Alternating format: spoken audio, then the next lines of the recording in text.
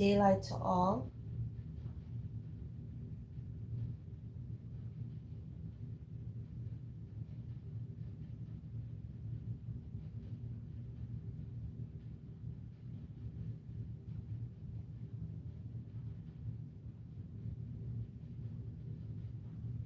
I'm going to be discussing a simple matter.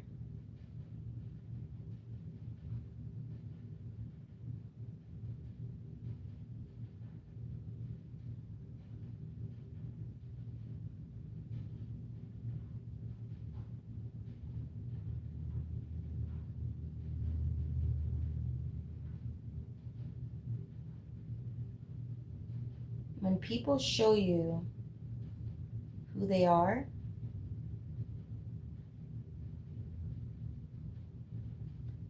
that's exactly who they are.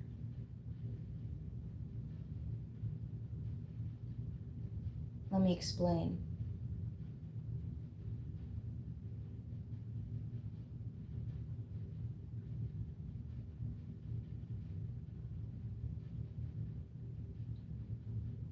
Watch people's fruits,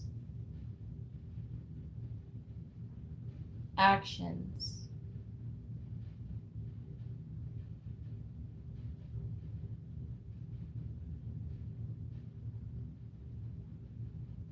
especially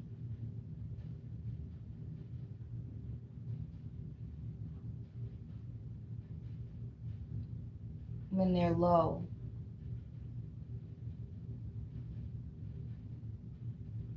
And they don't have much.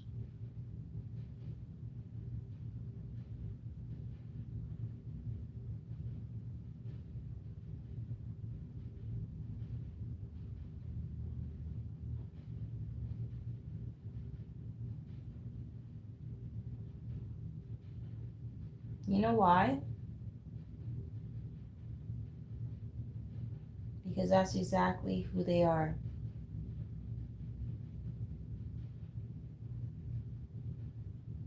You want to know how to trust someone?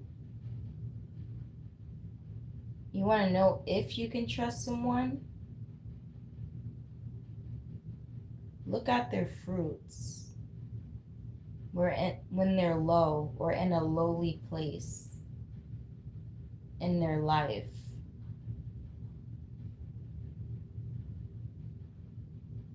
Look at how they act, what they do, how they speak, what they feel.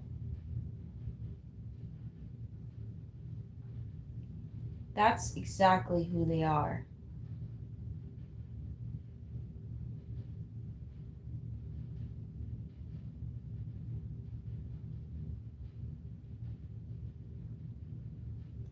Is this person willing to steal?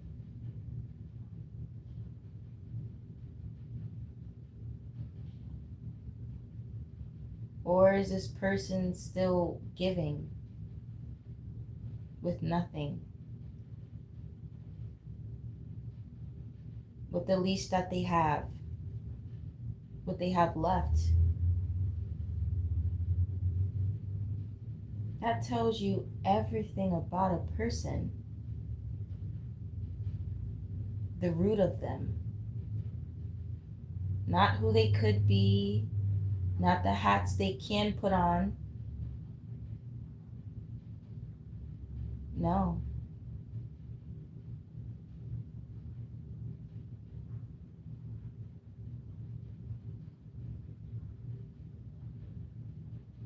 Just simply who they are.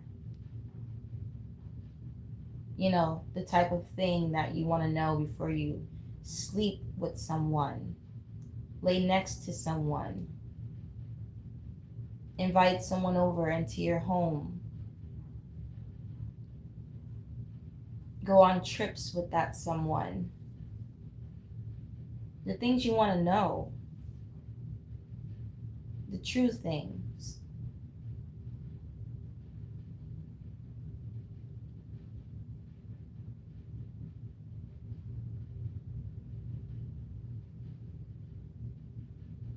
There's usually those two type of people in the world.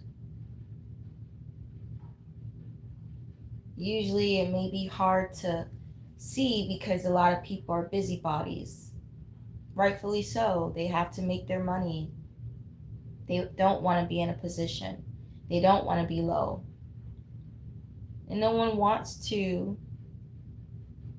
because of the things that they feel, the things they may do, the things they may say. And exactly those things is my point. Who are you?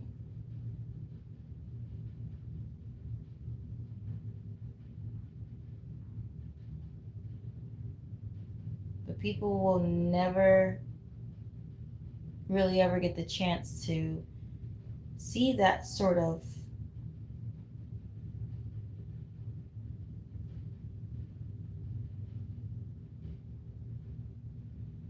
way to that person.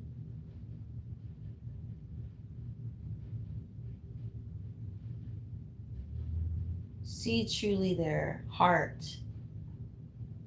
their soul. If you do, it would be because the person chooses to open up to you or just happens to truly love you. Or you awaken their soul. But that's rare. We're speaking every day.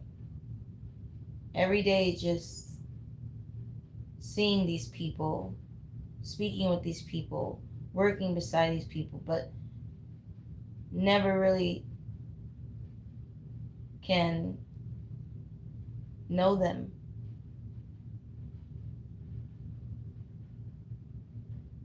Because everyone's trying to stay afloat and stay as high as they can, whether it be spiritually, and in this case, financially and physically. It's really rare, as I've said, to come across people that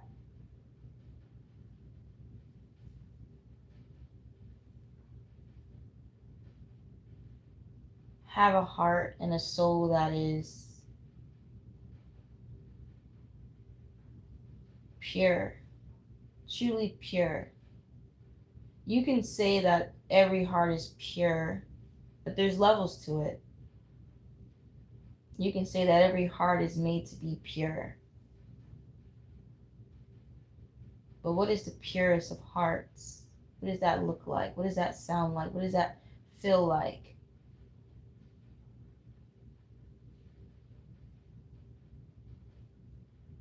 This person that has a heart and a soul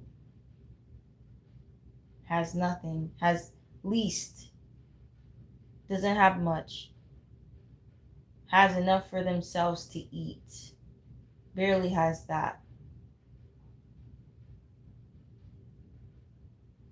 Maybe even to compare it in the same world as this other person,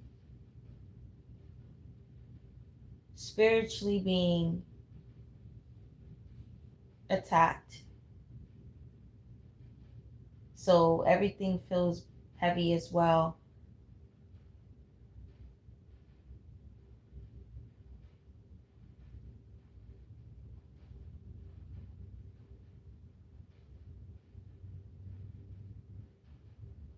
This person works for a living as well. But no one knows these things. No one knows the things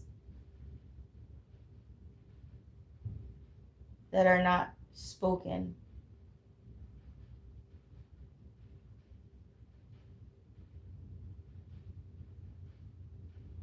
But this is the truth, that this person that has less also makes less.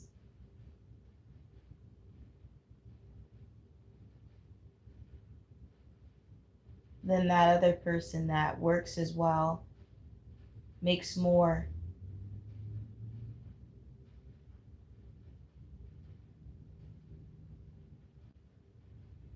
between the two,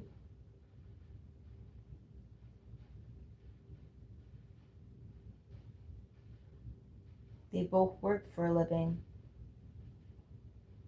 They're both a slave somehow, somewhere, on some level. They both take care of themselves independently.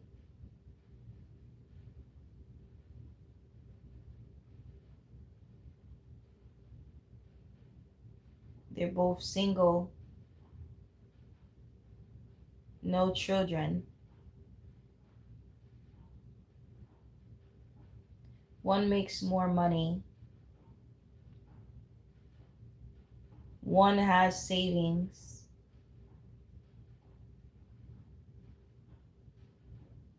Another one doesn't. Which one do you think in this situation is giving?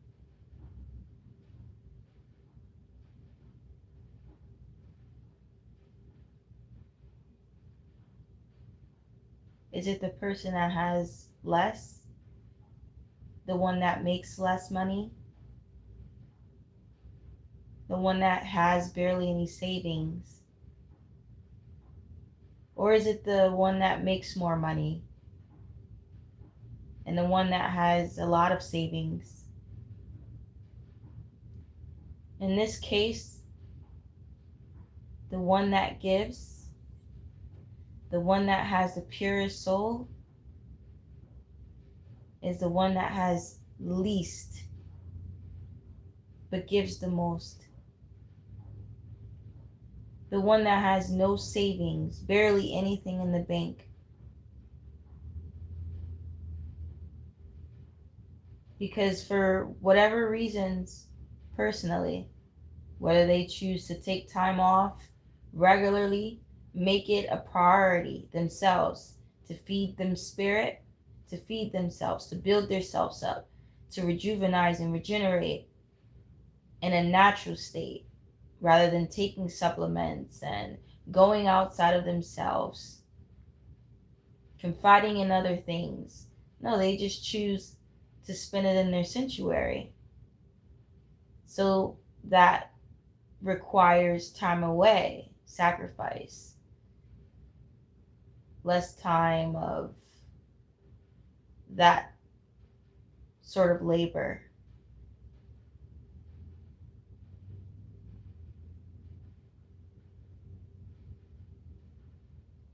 Even though there's importance to it, even though what they're choosing to do is truly richness, they're enriching themselves because you can't really pour from an empty cup.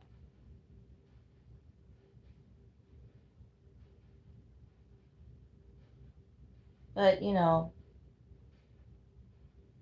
those are the things that are not said, so they may not be known. And even if they are known, we're not expecting people to understand. But that is the truth about the person that has least and makes less and still gives the most.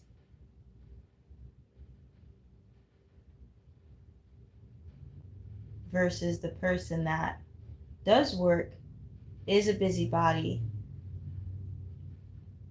whether they enjoy the work they do, whether they feel they have to, or they just want to keep themselves busy.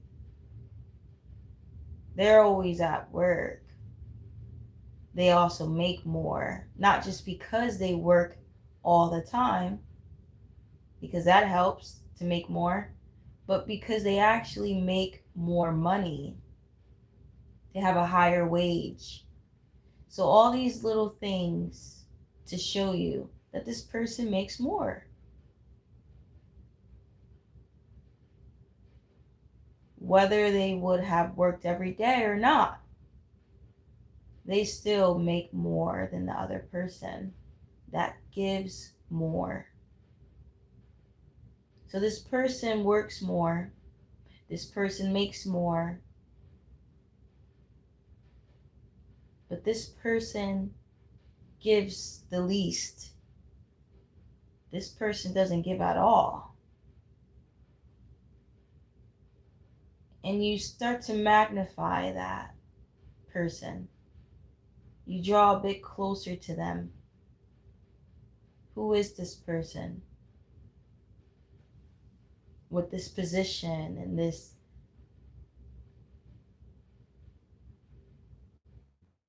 version of themselves?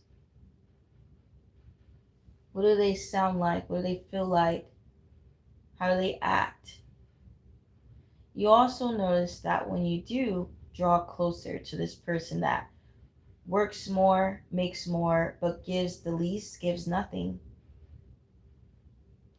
you find that they also mention, whether it's someone asking them of something, they say, I don't have it.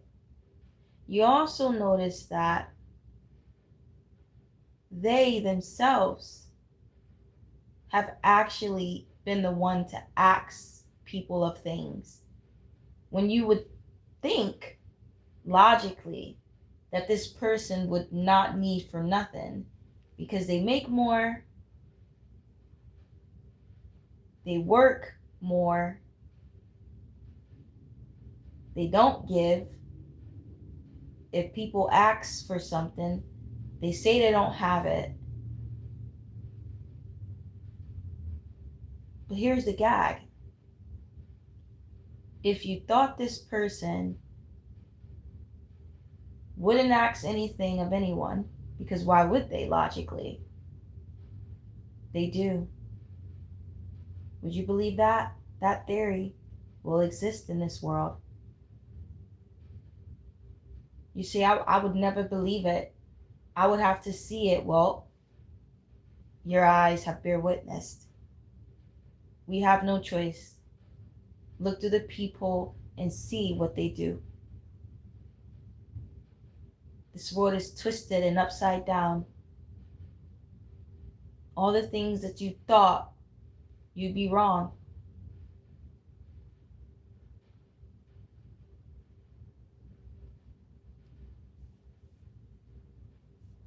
That is why they call this world deceiving and darkness and all the things that go bump in the night. Having to be cautious and all these delusions and illusions and getting lost. All of it can happen here because it's all twisted and upside down. You having to judge a book by its cover and you doing it when you shouldn't, and why you shouldn't, to see, because it's all upside down and it's all twisted. That person that gives least but asks for the most, asks for it, asks for things. They don't give anything,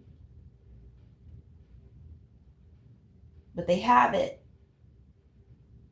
They have savings. They choose to work more. So they're not losing any money. They're definitely comfortable. And they stay comfortable, very comfortable, by working more and more and more. They're the busybody. But they don't give anything. And when someone asks for something, they say they don't have it. But every heart is pure. But who has the purest heart? Who is the fairest of them all? Right? When everyone can choose what they want, it is free will. You don't have to give to anyone. You don't have to do anything that you don't want to do. If you work for your money, you don't have to give it away. You don't have to lend it. You don't have to. If someone asks you of something, you could tell them no, because you have a right to. Amen to that, brother.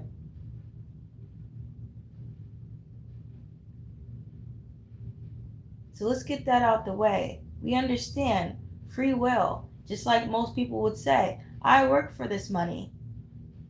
I should be able to spend it how I choose. Now, does it justify why that person acts of things?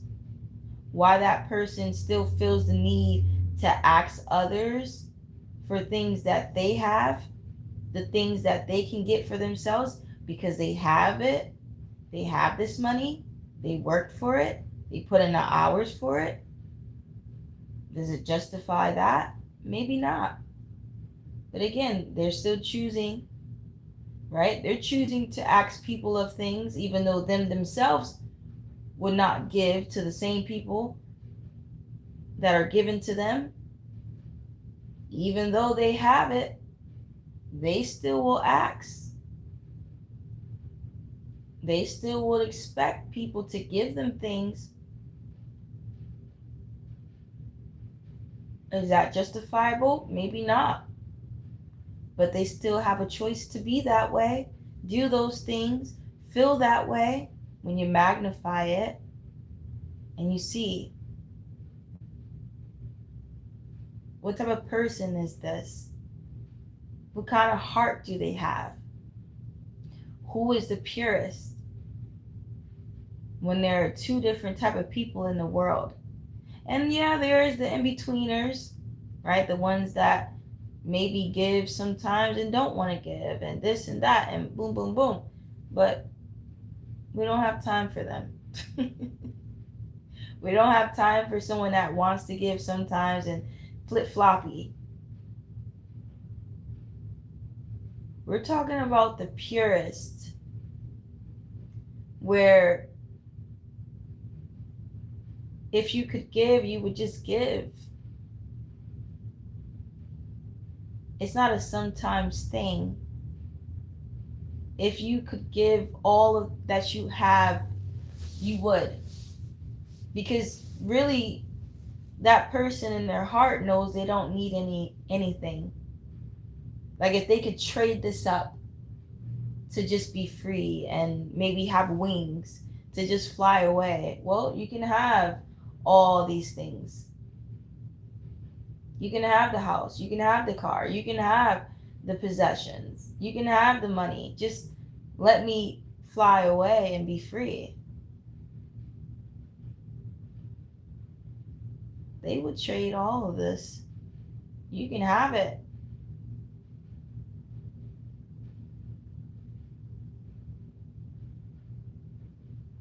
So you magnify and you draw close to that person. The person that would give all of this just to be free, just to have wings, just to feel the fresh air and see the world. And seeing the world is free. It doesn't require possessions. It doesn't require any of these things. You have to actually leave these things behind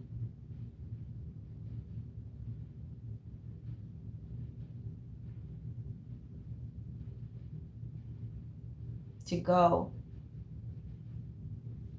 and see those new things, those other things, those outside things. You magnify and draw close to that person, and you see what type of heart they have, who they are, how they feel, how they think.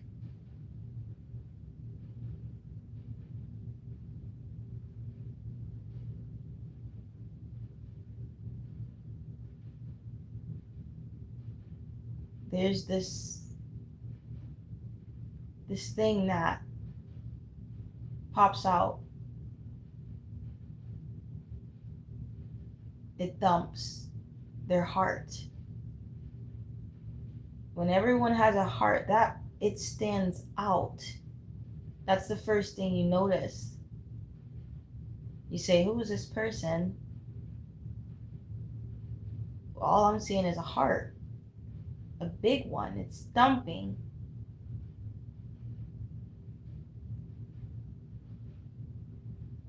This person has a heart.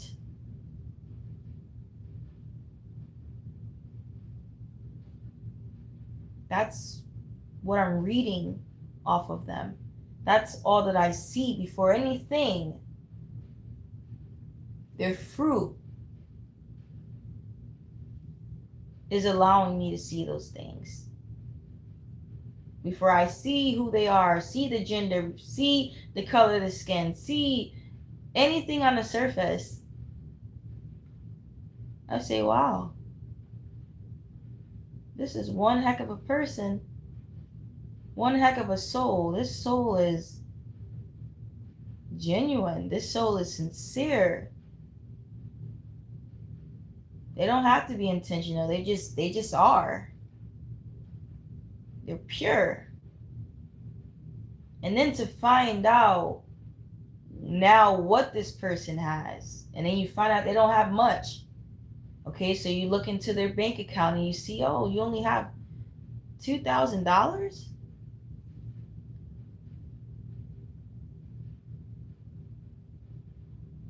People would never imagine this person that has only but so much money to give the way they do.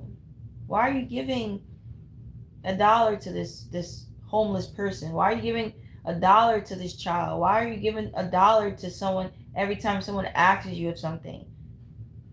Even if it's a dollar, right? Even if it's $2, $5, it might not be $100, but why are you giving all that you have when you don't even have much?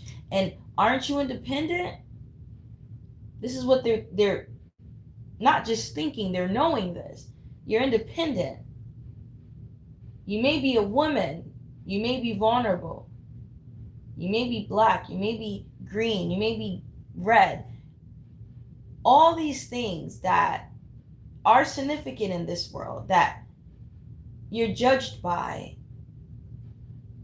that may make you a bit least in society, meaning your troubles and your hardships are burdensome, heavier than most, but you still choose to give all that you have when the facts on the surface show that you're a fool. You're risking it. You should be in fear. Why are you not fearful? Why are you not worried about tomorrow?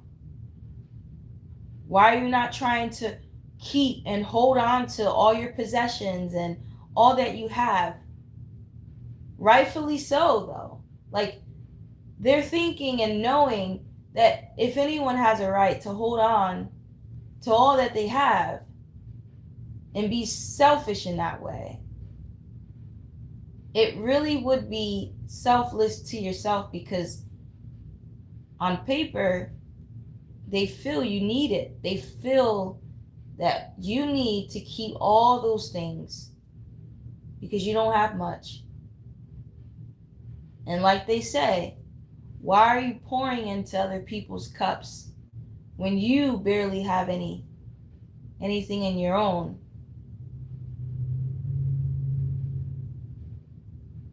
They'll say, why don't you wait till your cup is full?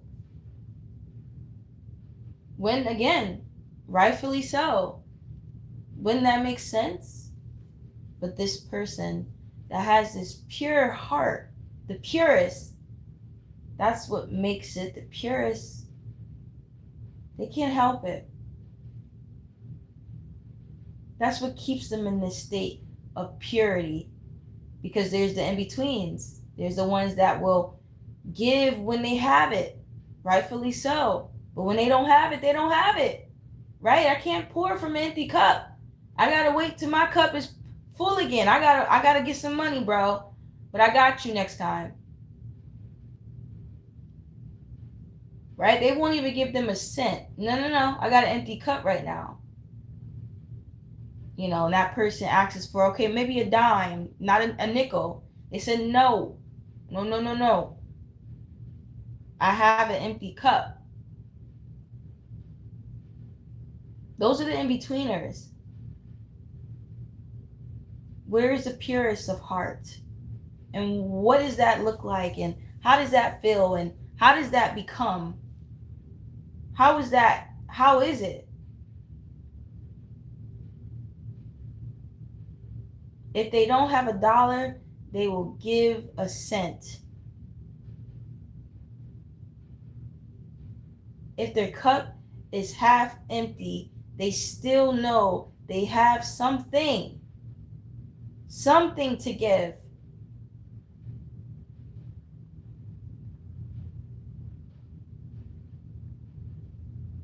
And from the outside looking in, you couldn't. You would never. Because, woo, this world is, and not the world. We love the world. It's the people. So these people, woo, they know that these people are savages. Right? Just like you would say, this world will savage you. You say, this is a dog-eat-dog world. But really, what you're saying is, the people will dog you out. In other words, you gotta have this mentality. You have to take on this persona, even if it's not you truly. And then there's the ones that are truly this way, or just now have become this person, this version. All of those things, right? I call them in-betweeners. And then there's that one with the purest heart, in the same world, knowing the same things, even treated least. That is how you see a person, a soul. You want to see them at their least. You want to see them at their lowest. That is who you know. That is when you know if a person's worthy. You put that person in a high seat, you don't have anything to worry about.